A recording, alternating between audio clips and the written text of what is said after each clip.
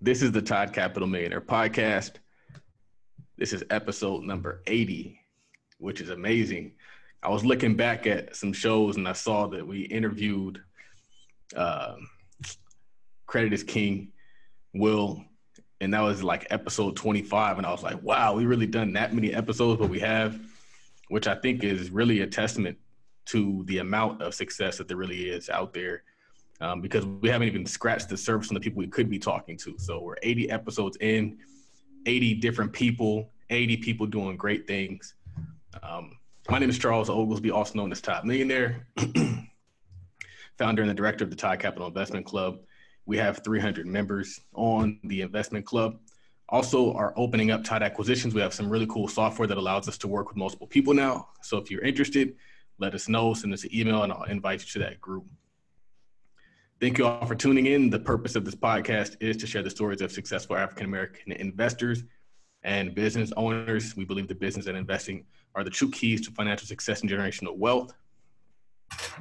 Make sure you leave a rating and review, preferably a five-star review. We appreciate those. Those help us spread the word and get more people to know what we're doing over here. Today, we have a brother named Christopher Mitchell. He is a graduate of Jackson State with an engineering degree. He is also the associate broker at Real Estate Grooves in Atlanta, Georgia. He is a fix and flip investor, and he just started investing full time. So that is a huge accomplishment. Welcome to the show, man. Thanks for having me. I appreciate it. And congrats on your 80th episode. That's pretty big. Yeah, it is. It's. I didn't know it'd get this far, but it's very good. Thank you. Yeah. So, where are you originally from? You live in Atlanta. Are you from Atlanta? I'm Atlanta native. It's funny because I actually grew up in East Atlanta, but as I got older, we moved further and further east. So I started out in East Atlanta, actually, and moved out toward Decatur and then Lithonia, Stone Mountain. My family's actually in Snellville now. So for people who don't know what that means, what does that mean? Well, I think a lot of times it's like in a lot of major cities where people say they're from Atlanta, but they're not actually from Atlanta. So right. To be actually born and raised there, and it moved further east. So it's still in the metro area, but not actually Atlanta. Dope. So before we get into the nitty gritty, I kind of want to talk to you about Atlanta real estate on the whole. A lot of people are moving into Atlanta. It seems like a market that's either heating up or it's just super duper hot right now. Yes. How much longer do you think it has to go? Do you think that there's still some room to grow, or what's your thoughts on that? Yeah, I think at least my philosophy or my perception a lot of times boils down to the economics of it. So when you look at a city like Atlanta that's constantly bringing in more and more business. So, we have heavy hitters like Coke and Delta that have always been here, but then you bring in, big players like Mercedes-Benz and Porsche and that bring good paying jobs to the area, which only drives, housing up more and more. So I think we're going to see potentially, over time, you'll see a correction on a national scale, but I think locally here in Atlanta, we'll be padded from that a little bit more because of the economics we have here locally. You have a lot of business, great paying jobs coming here. So, yeah. What's interesting about Atlanta is it seems like it's similar to Texas, where there are a lot of good paying jobs, but the real estate is still affordable. Yeah. Why? Because California. I will say it's interesting to see different areas because everything downtown is getting to get so expensive. Right. I literally am in the process of a deal where I'm looking to purchase a property so maybe $40,000 more expensive than I could have gotten it earlier this year. Just off of the sheer demand because of the area and people keep moving here. It just keeps driving it up. Right. Interesting. That makes a lot of sense. It's not that the prices are just going up. There's a lot of the demand because people are moving to Georgia. Makes a lot of sense. I kind of overlooked that. So it's a lot of luxury stuff too, A lot of times they'll see the stadium and they say, oh, the stadium is going to increase property values. What's your take on that statement? I don't think it's necessarily a matter of the stadium going to increase property values, more so that the area is going to see the same shift that you see in when they initially did the stadium. I'm sorry, the Turner Field and things like that. Where I remember when I first initially wanted to start investing, I was looking at a duplex in Vine City. So it goes to show like the opportunities were there, but the stadium just created an opportunity for those that had cash to win, of course. I think it's a player in the whole grand scheme of things, but I don't think it's a major factor by itself. You know, you have the belt line. I think that by itself may have more of an impact than the stadium did. Interesting. So what you're saying is it's not so much the stadium as much as the development that starts going on around the stadium. That makes perfect sense. Yeah. So there's been a lot of, I'm always, for the longest time, I was looking in Atlanta to buy, and I was looking to buy something in Atlanta. It's tough to find good areas to buy, especially if you're like me, which I'm a long distance real estate investor. Yeah. What are some good areas to invest in? Because like you said, there's Atlanta, and then you have like all these other parts that aren't necessarily Atlanta. Yeah, you have these other little areas. And it really just, from my perspective, because I'm here, I'm looking at a wide range of opportunities. So, you know, I would argue, you know, easily just initially say there are good deals everywhere, but, you know, you have to consider competition and things like that. So the 30310, 30314, 30315, this is like the West End, Sylvan Hills, Westview, all the Oakland City, those areas, Southwest Atlanta, is seeing the big investment being made from developers on all scales, you know, from little guys like me to the bigger guys that are doing Pittsburgh yards and things like that. So I've seen a kind of a cause and effect thing. It's very obvious, but a cause and effect thing that we're seeing here in much of the Atlanta area, where you're seeing these mixed-use developments come up. Right. And then from there, they're an anchor for a lot of economic activity around that. So something like the old GM plant, I think we're going to see it change into something really nice for that area. And then you'll see the real estate, you know, thereby being impacted as well. Do you think it's too late to find deals in Atlanta? No. It's harder. It's much harder. It's harder. I can acknowledge the difference from last summer. You know, I think I bought my first property last May. I can acknowledge the difference in finding deals last year than it is this year. So I know it's harder, but there are definitely good deals still out there. Absolutely. So what did you do before real estate? So I originally went to school for computer engineering. I moved back here, started off in engineering for about a year and a half, just kind of focusing on that before I decided it was time for me to get my real estate license and kind of pursue that interest I had. And I kind of did them both parts. I did real estate part-time until it became full-time, and I kind of had 2 full-time jobs. And like I said, this summer, I made the switch full-time to real estate. So I've been doing that for the last few months solo. It's been quite an intense ride. So it's pretty cool that you said that you had a career and you were selling real estate on the side, because that might be something that people are looking to do. How did you navigate it so that you could successfully do both and then become so successful at the real estate side that you could leave the actual 9 to 5? Yeah. I will be honest, required a lot of sleepless nights. I try to be very efficient with my work. So my first few deals, a lot of it I was able to do from the convenience of my home, my computer, you know, outside of the appointments I had to make in person. I think it requires a lot of discipline, really, to be honest. I actually feel like I was starting to work myself into the ground trying to manage both of them at some point. I was fortunate enough to have a job where I had the flexibility in my schedule. I could pretty much come and go as I pleased as long as I got my work done with them. They didn't really have a concern. We had core hours, but if I had an appointment to see an inspector at 10 or meet a client at whatever time, an extended lunch, I was able to do that. So that was a major help, but really it just came down to really having the courage to kind of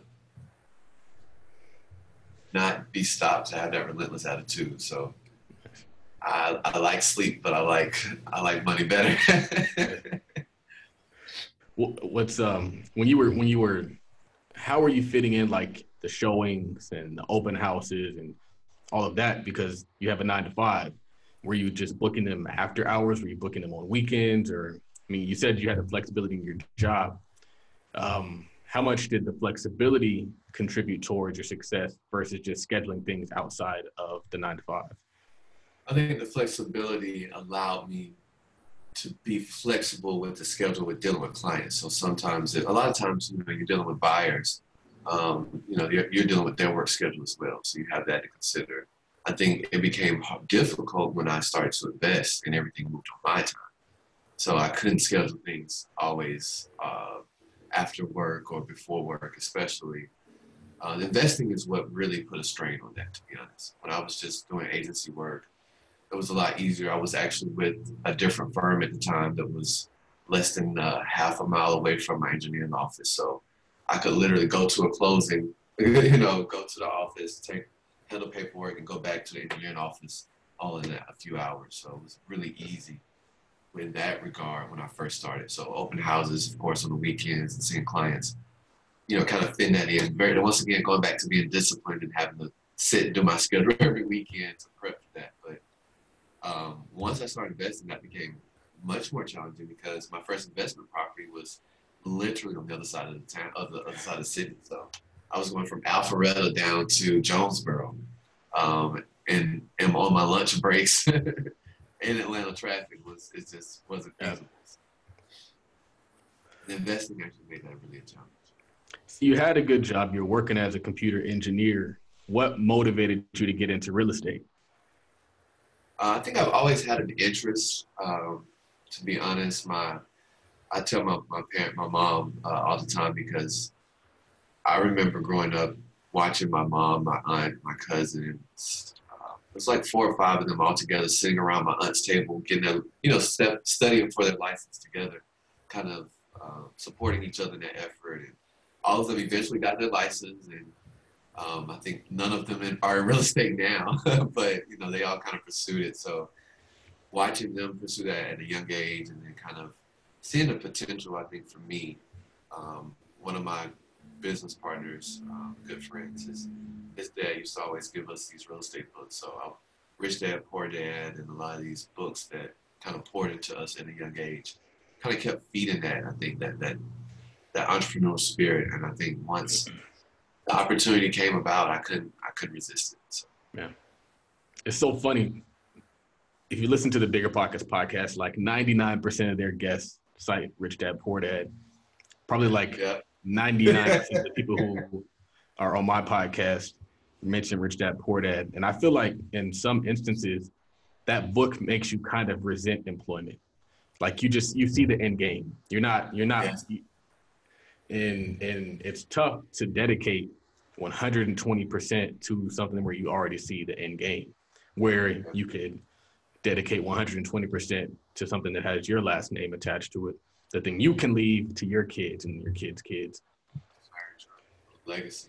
It's funny because I have friends that have observed my journey from saying I want to get into real estate and watching flip and flop and talking about it all the time, to saying, okay, I'm going to do it, to here I am, really deep into this now. Mm-hmm. And, I have some people around me that want to take that risk and want to bet on themselves, but a lot of times, for one reason or another, a lot of times it being fear preventing them from taking that action. I think Rich Dad, Poor Dad kind of forces you to look at it from a very black and white perspective. Like, right.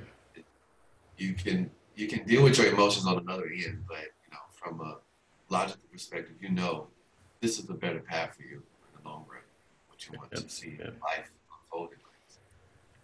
One thing I like about it's an amazing book. It's so funny. Like I read a lot of books. I'm a very big reader. audiobooks, all that stuff. It's literally my favorite book of all time. And I've read a bunch of books. And it's unquestionably my favorite book of all time, just because I've never read a book that really just changed your complete mindset. I've read a lot of books that have altered my mindset. I haven't read a book that changed my mindset. And I think that's the reason why it sold so many copies. That's the reason why it's the number one personal finance book. There are a lot of good books out there. I can't really name a book that's like that.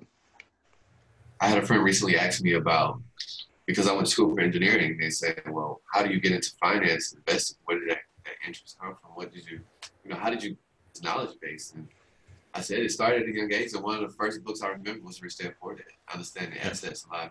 I mean, get-go, it's like, whoa. My parents are paying rent. I want to collect rent. This is something we look at a little different. So. Yeah. I feel like the unfortunate thing is to people who haven't had that mindset shift, a lot of them can't really relate to the conversations that I'm trying to have with them. So I'll have this conversation with my mom, or sometimes even with my wife, and I'll tell her like, hey, we got to do this. And they're like, I'm just trying to get a raise. I'm just trying to get a promotion. And it's like, I don't care. I gave myself a promotion. Last year, I told my boss I needed to be paid more. He gave me a raise, but it wasn't the raise I wanted. I gave myself a promotion through multiple ways. And I tell people that the promotion that I gave myself is only going to be bigger next year because it's going to compound. And it's going to compound the next year because I'm going to get better. My skills are going to get sharper. So what you did in flipping homes when you were working, it's probably that much more efficient now. So the bonus and the raise you gave yourself while you're working for them, now that you have 100% of your free time to focus on just really maxing out your bonus, it's going to be that much more substantial. So it's like you can sit there and you can wait 10 to 15 years. And that's what the book Rich Dad Poor Dad exposed you to.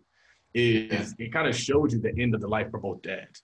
Like, this is what his dad's life turned into. He did all this education.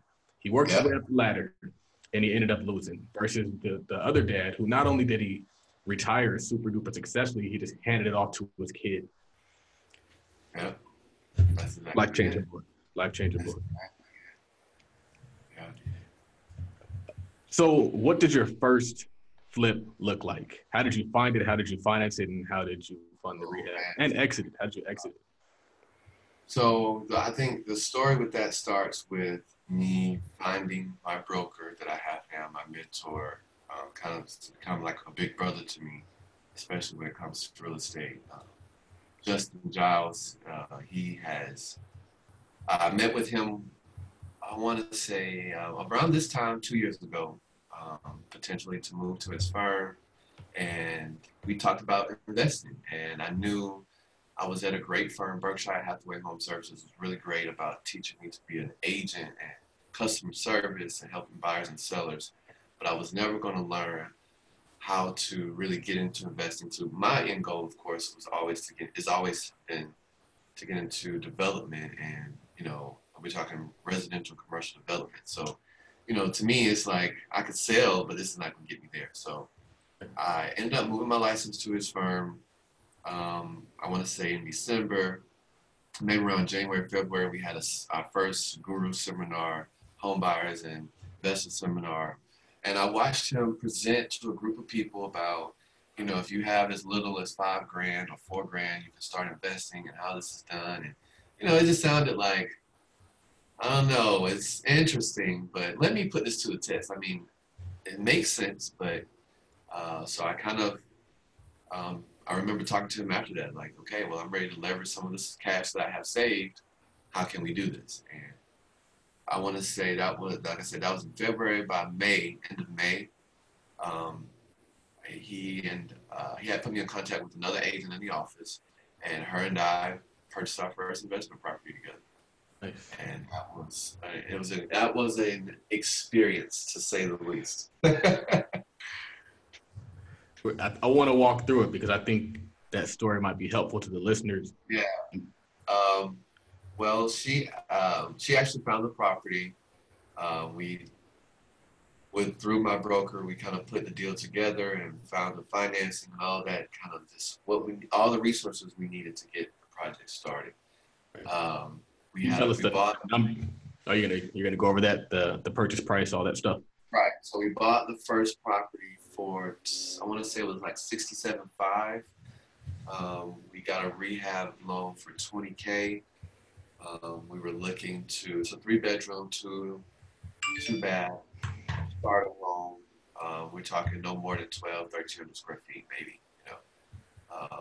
No, I think it was 1,400, yeah, 1,400 ranch home. So we purchased it. Now this is,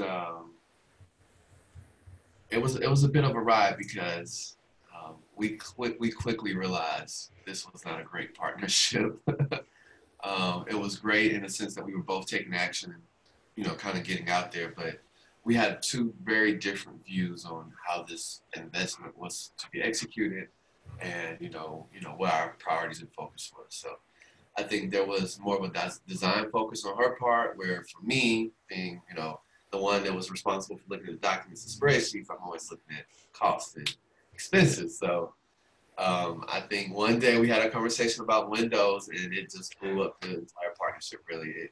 And it's funny looking back at it because, it was probably the most stressful experience I've had in my life thus far. And I really have not been put to the test like that ever, but I learned so much that I'm actually grateful for the experience because of the value that it's brought to me in my life, from the skills I learned to the connections and contacts I have to the fact that I'm doing this full time now. So right. But so we in the midst of the renovation, our partnership kind of deteriorates a little bit, and to put it nicely, it deteriorates a little bit, and we kind of struggle through it. We really do, and it becomes very challenging at the end, and we get to a point where I realize this project is not going to yield the return I need it to, and this is going to take a lot longer if I continue to focus on it. So let me diversify my options here and kind of fix it up. So I went out, I want to say September of last year. I bought my first property solo. And so this was a few months into our rehab together. And I bought another property on the side because we were looking to do more properties together, but we realized as this first one wasn't going well, we both kind of focused on our own things outside of each other. So I bought the second property, and then that's when I started to see really how easy this can be. Yeah. So, Interesting. I ended up, and I bring that into the story only because the end of last year, you wanted the exit, that was another testimony in itself because I actually, the second property, I bought it for 74, and I put 20 into it, I want to say. Again, on that one, got a rehab loan for 20 on that one as well. But they ended up both being listed for sale at the same time under contract because the first one took so long. And the second one, I was moving pretty fast because I had a point to prove to myself and my supporter. Mm-hmm. Which is helpful sometimes. Yes, yeah, that pressure. My dad always says pressure in the bust pipes to make diamonds. So, that kind of forced me to rise to the occasion. So from there, like I said, I'm going to say November last year, my birthday. I remember going to the office to do a workshop for some of our new agents, and both of my deals terminated within a matter of hours. The first one, we ended up getting them both under contract again, but it was a matter of the one I had did by myself. It didn't appraise. It only appraised for 89, which is crazy because I bought it for 74. Right. Put in 20, and it only appraised for 89 because there was not enough activity in the area. So I knew the value was there. I didn't do anything outrageous or over improve it. It was nicely done, but there wasn't enough transactions in the area to support the price I was going for. So through my network, I was able to get it sold, cash buyer, no appraisal. So I got what I wanted. I ended up selling it for 116. I think I sold the one that I had to partner with for 118.5. And but once again, both of those were cash deals, and that's once again grateful for my broker, his help with that, because that was a matter of 2 weeks, once you get those on the contract. So right the week before Christmas last year, kind of just brought my whole year back together because my birthday was the end of November, and I was really ready to call it quits. Like, my first deal went south really bad.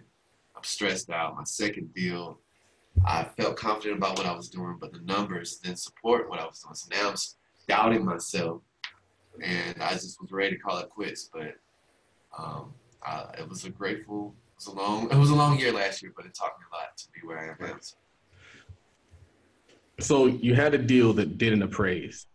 Mm-hmm. How did you get around that hurdle? You kind of hinted at it, but I kind of need some more help to understand that.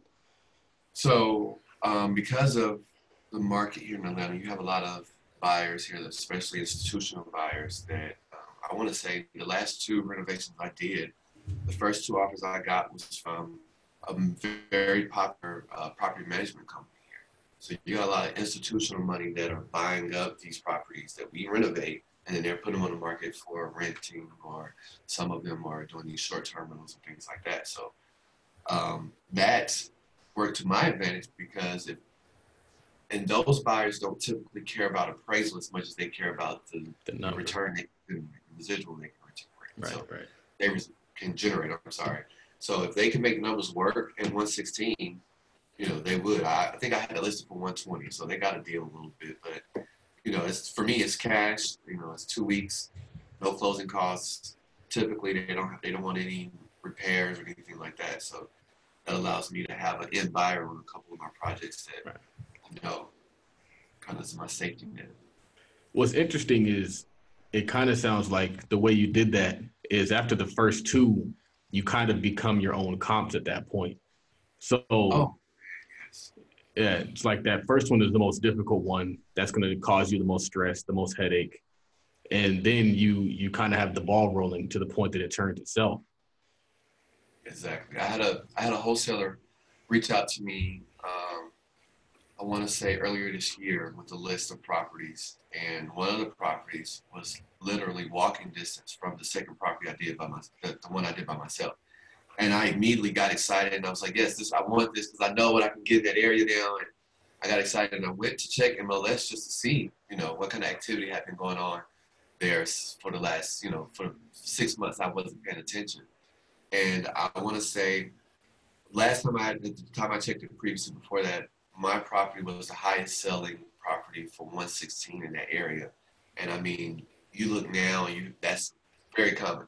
We see prices go up to 130 now. So I understand now how some investors are actually coming in and buying cul-de-sacs, or buying, rows of houses, because they can flip one and just move down to the next one and keep doing it. So, Yep.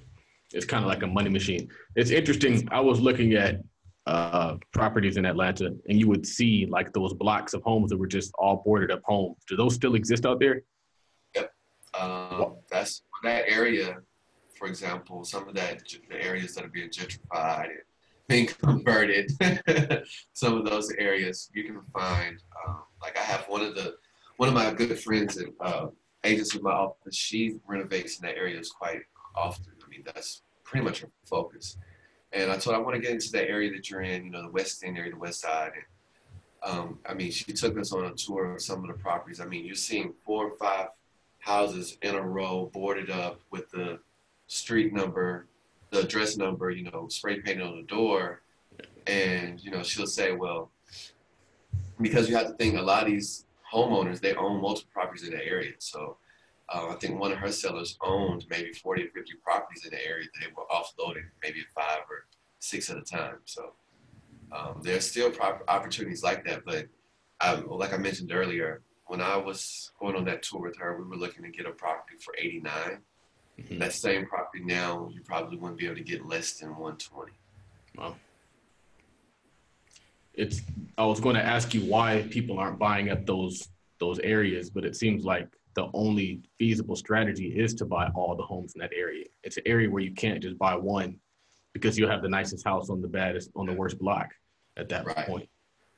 Or you just have to. Sometimes it's a risk factor, because some of these properties, if you don't know what you're doing, you can get in there and lose your cert really fast.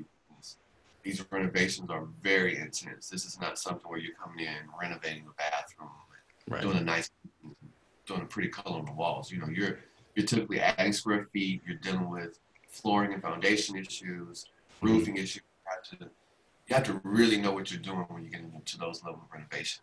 And a lot of times you have to have a lot of cash for those kind of renovations. So Mm-hmm. you're seeing a lot of newbie investors come to Atlanta, or they've been here and want to start investing. They get into wholesaling, they get into, you know, some of these cheaper flips like I'm doing, because it's less risk involved. You know, Absolutely. Right. I have a project over there that I'm trying to do that. I mean, we're looking at a renovation of potentially, you know, 90 to 100K. That's, to me, that's intense, because, you know, too many wrong decisions and you're having a really bad problem with your Right. so. Right. You mentioned that you used a rehab loan. I kind of want to talk to you about the financing there, because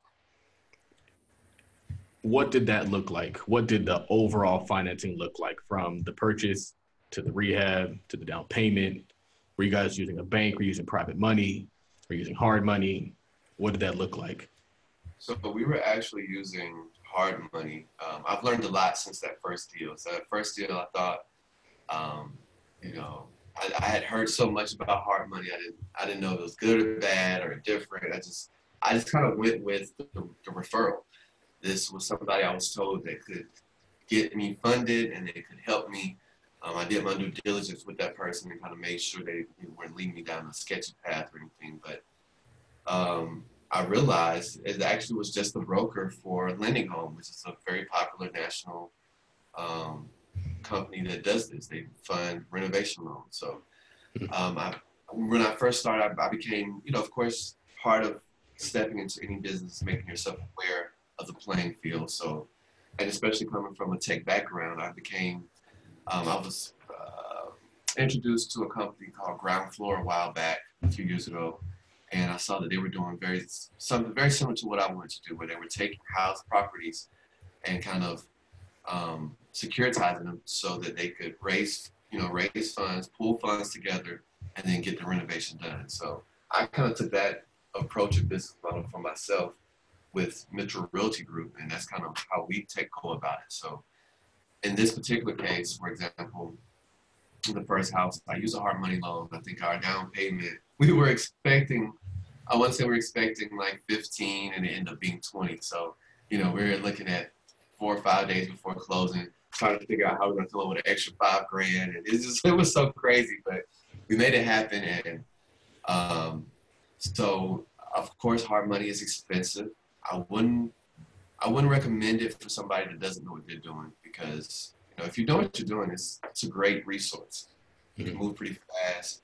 I love it now. I've actually gotten a team of different lenders that I use now that kind of I know to use for different projects and things like that. But for that, we leveraged 25K or 20K, I think, for that first house. And from there, the renovation loan, they covered, I want to say, 70% of acquisition, whatever that difference was, down payment, and then they covered 100% of the renovation. Ideally, they'll cover 90% of acquisition, but you have to have the experience. Once you've done enough exits, you meet that qualification, you can do that. But so we kind of took a risk, and I had already had Mitchell Realty Group from my work as an agent, so I just kind of started using that to start my investing. Now it's primarily investing, and that's kind of how we set up most of our deals now, to the point that Mitchell Realty Group is the kind of buying the entity, but I have a group of investors that I pull capital from and Dope. use that leverage to buy. When you said securitizing these properties, what did you mean by that? So I said that because if you're familiar with Ground Floor, if you're familiar with them, they will give you an option. So they'll set it up where, let's say property A has a return 20%. It's going to take 12 months, and this is what we're going to do in that. You know, it kind of makes it a isolated investment. And then they'll have another house, maybe in a different city, that's kind of set up in a similar way. So my first property, I did that. I 20K down payment. I broke into blocks of 5K. That's kind of become our minimum investment now with Mitchell Realty Group. Nice. For our investor group. So I did that. I leveraged my personal capital I had saved, and of course my business partner had some, and then the rest we kind of raised from investors. And it's just easy for us to kind of manage from breaking it up to that way. But I quickly realized it can be a problem when it comes to raising capital and growing when you do it that way. If I have an investor that wants to give me $70K to invest in real estate, and he sees, okay, I have 3 properties. Well, if he has a choice to pick, he's going to pick the one with the best return in a short period of time, or the least amount of risk. Whereas I know I can get the renovation done, I can execute the investment that's going to help my business grow. Now I've shifted to more of a sort of a similar of a hedge fund approach where I just pull the resources together and I deploy it as we see fit. So opposed to letting my investors pick the property, I handle that part and let them kind of take a more passive role. You have to do that because if you don't, they can kill the entire thing. They don't realize that. Yes. Yeah, it's like just because you don't fund one deal doesn't they all impact each other ultimately. Right. And you have to think from at the helm of a firm like this. You're looking at the overall direction of where you're going and what your end numbers need to look like. You're not looking at this. Right. That's dope. It's dope because you took action, you found problems, you created a super dope solution that's now a hedge fund. So it's like that's kind of what happens is your solutions to problems become really dope stuff. So it's kind of cool. Man. So how many properties are you working on right now? So right now we only have 1 active renovation going. I have 3 properties that we currently own, 2 that we're selling, 1 that we're renovating, and then we have 2 that we're looking to pick up now. We just have some delays with the transaction on it. 1 has a tenant and another I think we should be closing on that here next week sometime. So how do you manage all this? How do you manage the different investors, the different properties? What kind of software or what are you using to help manage that? Man, that's crazy. I don't know how to answer that because it's so much. Right. I'm very in tune with my spreadsheets. That's kind of my anchor to a lot of my business. Just keep it organized for different spreadsheets for different reasons. I'm very, I guess with my tech background, everything is digital with me, so I try to keep things saved and kind of so I have different tools like on my website that allow me to kind of manage contacts and things like that. Honestly, one of the best things about this has been employing my family and friends. So as my organization has grown, I've actually been able to bring on people. So, my first flip, I was driving from work to Jonesboro every day to check a painter's work or a contractor's work and meet to pay people. And then at some point, my dad got involved in the picture and he was kind of doing this home improvement thing on his own. And he's been doing construction and that kind of work for a while. But I kind of told him, kind of in conversation, told him about the stress I was having with my business partner. And I told him what I needed. I was looking for a project manager that I needed to be at work, but I could make decisions. I could pay people. I could execute. I could make it to the bank. I just can't physically be on the site every day. So he volunteered for that on the second project, and we trialed that out. And that grew into now my brother comes. He works full time, but he helps as well on every house that we've touched. My wife has become an asset in my organization as well when it comes to the design part. So I like design. I did it. They like that stuff. Oh yeah. And it took me 2 Floor & Decor trips to realize this doesn't work for me. I was in here 2 hours looking for all the material I need. I need to delegate this to someone else. So, and it becomes stressful when you get really into it, and it's overwhelming. So, and now that like I said, my best friend and business partner, he's here. He moved here this summer, and he's been a great asset in that because he's managed one of my renovations for me this year. So I think that's going to allow us to really grow at a scale that I didn't really see before. Because once you realize how much help you have to manage it all, I mean, you can it really becomes, and it's really easier, and I can focus on the things that allow this organization to grow in the direction I see it going in. Right. That's you hit on a lot of really cool things. The first is that as you build your business, I think one of the motivations, one of the biggest things is being able to not necessarily save people, but provide something that if they did need to be saved, that it's there. And I think that's super important. I think that creating a business helps not just you, but it helps everybody who you touch, your friends, your family, your community, your tenants, your contractors. So it's bigger than just like your bottom line. You're also feeding a lot of families out there. Yeah. The next thing you said is that as you delegate, it kind of helps you scale.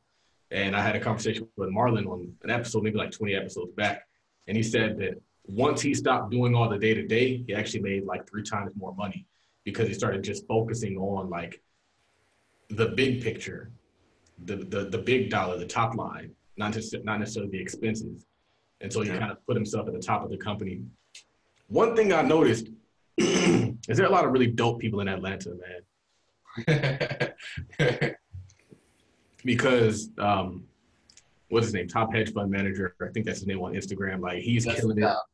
Yeah, he's killing it.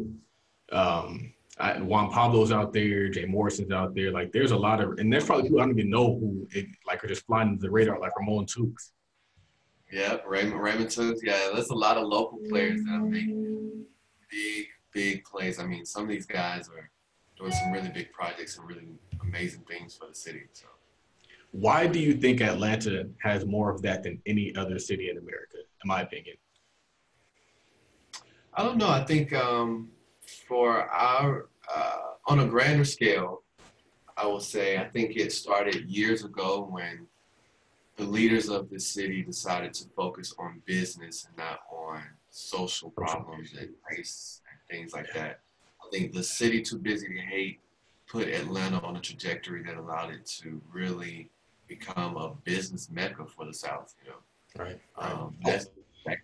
That was just great leadership and business leadership here with, you know, some of the players in Coke and Delta that was not going to allow race and things like that to jeopardize their business. So I think that on a grand scale has some play. And then I think when it comes down to like culturally, I think for us, I mean, outside of the airport, you know, it's going to constantly bring people here. But I think for us, music and entertainment, you know, I think before it was just music, I think when Tyler Perry started to really grow his business and we started to see film move here heavy as it did, it's become an entertainment mecca, you know. So that's only amplified, you know, everything that you have going on here. And now, of course, once you get enough big players here, business just kind of grows from there, you know. Right. That's dope. So I'm going to wrap up the show. I'm going to ask you a few, I guess, personal questions, and then we will call it a night. So the first question is, what does an average day look like for you? It's hard now to say an average day because it varies. It depends on what phase I'm in, I guess. So right now we're in a rinse and repeat, kind of selling everything from this year's inventory, kind of buying up for next year's inventory. So I feel like I'm behind my desk a lot. I'm on the phone a lot. I'm kind of looking at deals we're looking to get and kind of making sure I'm setting myself up for success on that next spring. But a few months ago, I was in the truck every day, you know, running to Home Depot 3 or 4 times a day, trying to go to, you know, pick up tile and doors and windows and things like that. So it just kind of depends on the phase of where we are. I don't have to worry about that as much, like I said, because I have my dad and some other help. But sometimes it's nothing like, you know, being there on site yourself and making sure things get done. Right. Who is somebody that you look up to and why? Somebody I look up to. Obviously, my mentor, Justin, top fund manager, you mentioned. Robert Smith, I think is his name. Right. Elon Musk. Certain visionaries, I feel like that kind of take something that's only in their head and, you know, kind of share it with the world in a way that's really special. So those are kind of some that come up. Locally, I think you have players like Egbert Perry and Herman J. Russell, obviously, you know, at his prowess. He's created a massive organization. A lot of people outside of Atlanta don't know who he is. Oh, yeah. What is your favorite business book? Favorite business book? Well, outside of Rich Dad Poor Dad, we talked about that one. I think lately I've been reading. I think I have it actually. Lately I've been reading a book. I haven't really finished it yet, but it's been something I really enjoyed so far. Smarter, Faster, Better. So I've been enjoying that one lately. And then I don't know if this is appropriate, but actually one of the most inspirational books on business I've read. I like Instinct too. That's random, but I don't know if that's considered business. That's a TD Jakes book, but I apply it to business. But one, I think, I'm not sure if it's appropriate, but Big Weed was really great when it comes to business. Interesting. And actually, it's been very reminiscent to my story in real estate because he kind of took a chance and really kind of stepped out on faith and had the right support to really see something grow into something really special to the point where, he's seeing his dream unfold. So, what was that title again? I can actually grab it for you. I think it's up here on my bookshelf. Christian Higglesworth, Big Weed. Okay, there we go. Yeah, that's what I thought you said. Yeah, it's actually a guy. He was in real estate, doing really well, and the crash came in 2008, and he kind of had to figure something else out, and that was his entrepreneurial venture there, and it turned into something really amazing. Wow. The crazy thing about like weed, aside from like the controversial stuff, is that it really is a good business. Like you have a customer base that loves the product. The customer base is huge. They buy it like every day, multiple times a week. Repeat customers. If you can get in the game, it's a good industry to be in. From a business standpoint, most of it. It's really competitive right now, though. That's one thing that I see. Like everybody wants to get into it, which, in my opinion, kind of looks like it might be a little bit too many people, especially people who are going public. And so, if you start looking at these weed stocks, I think it could potentially turn into an IPO bubble. But yeah, I think it's definitely too early for a lot of these companies to be going public and things like that. That a lot of them are not really ready for that. They see an opportunity and they're trying to grow to seize it. But I think to really become a major player in an emerging industry like this, you have to kind of grow organically. Exactly. You got to have that foundation for it. Yep. That's actually a good point for anybody who's listening. A lot of people, because that's true in regard to any business. A lot of people, they want to skip steps. And so they try to get funding to skip steps. And that's basically what an IPO is. It's a funding round. So you're getting more money to then invest into something that's not proven yet. So you don't even know if people like your product, but now you're $10 million in debt. That's one of the lectures that Fubu guy was talking, Damon John was talking about. He said that most business, they die because they have too much funding. And so, too much funding. Yeah, like they're overfunded. And it's funny, thinking of, when you bring that up, it makes me think about around the time that I bought my first property, the engineering company I was working for was looking to go public. It was looking to raise capital to do a major acquisition, and then from there, it was going to do some really, things, some positive things they thought would generate some great revenue. But I battled with that for a couple weeks, because you're thinking about this could be an opportunity. I'm at a small firm that could potentially go public, and we're talking about 5x returns on my investment. That's exciting, And I battled with it for a few weeks. I even talked to my broker about it. I remember one night we all went bowling as an office, and I told him, I was like, I'm looking to really get into investing, but this opportunity is coming for me. I really don't know what to do. And it kind of goes back to what you said before about betting on yourself. And from there, it was a risk, but honestly, looking back at it now, I'm very glad I did. Because they're still in a process of raising capital to go public and do the things they're looking to do, whereas I've been able to really kind of create some momentum in my own. Dope. So what's the craziest thing that you purchased after you achieved your success in real estate?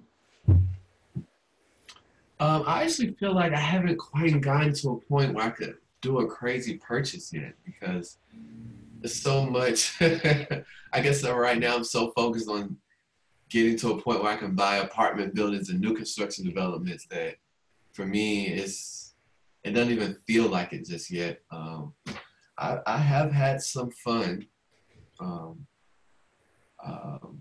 I've been more focused on experiences more so than purchases of items, material things. So I've had some really fun experiences over the last few years. Thank you to, investing.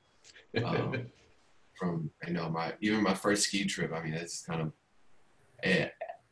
a lot of it had to do with my engineering because of the network, but it was funded because of my real estate. So I don't know what my most craziest purchase would be.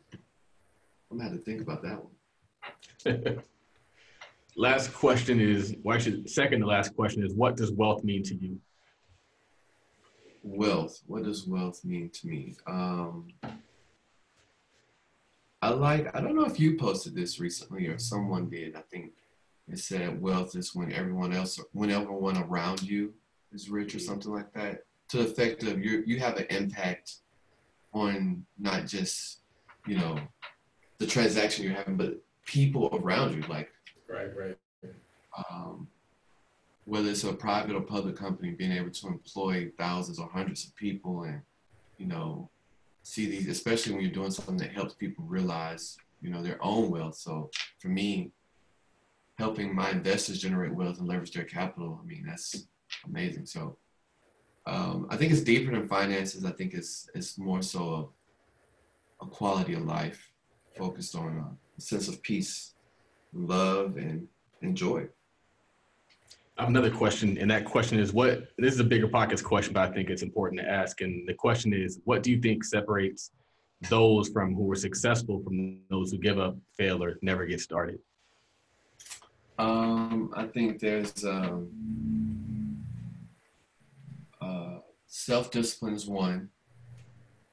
And I think one of the things that really, I don't know, I feel like maybe it's just because of my experience, but I feel like I come across so many people that see me now and say, oh, I want to do it.